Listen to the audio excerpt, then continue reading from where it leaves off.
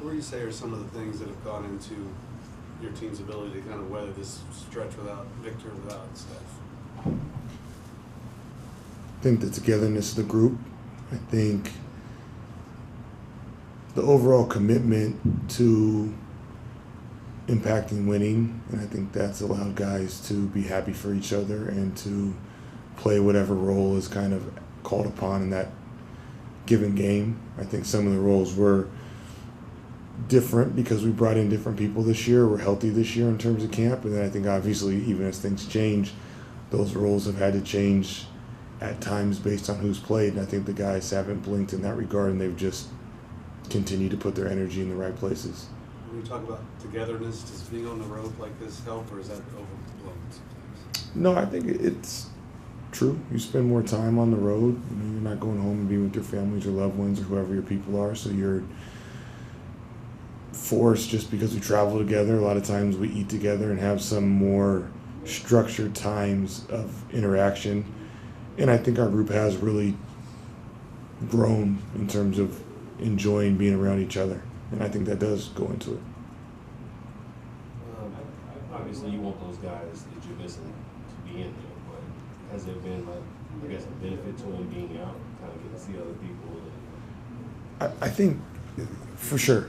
You know, it's hard because you probably can't really examine or determine whatever opinion that is until months from now. But I do think when you see Carter Bryant, would he play if we had every single person healthy?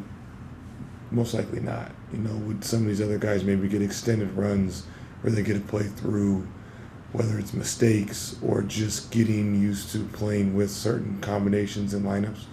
Probably not. You know, with the 48 minutes, you can't, create more minutes. And so I think there is a benefit, hopefully, that your depth can grow from that. And I think that's something where, unfortunately, early in the season, we needed to grow with the guys that start, because they hadn't played together either. You know, sometimes you have that luxury with teams that have been together and whatnot, and we didn't.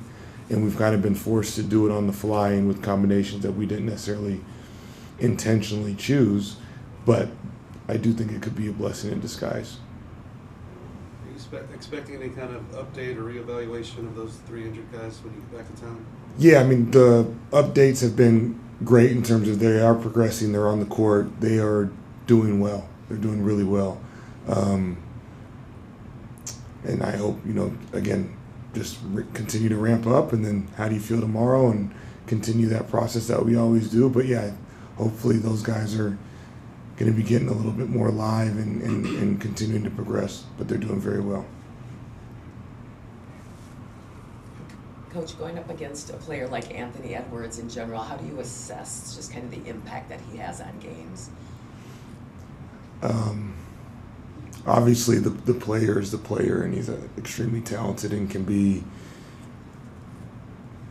downright destructive in terms of how he can score the basketball and make a defense bend. I think the one thing when you play the handful of guys in this league like him is he's going to have the basketball in his hands for a majority of the game. So you cannot get too hyper-focused or bogged down on a 3-minute stretch. He may hit 3 threes in that stretch. You may do a great job and force some tough shots.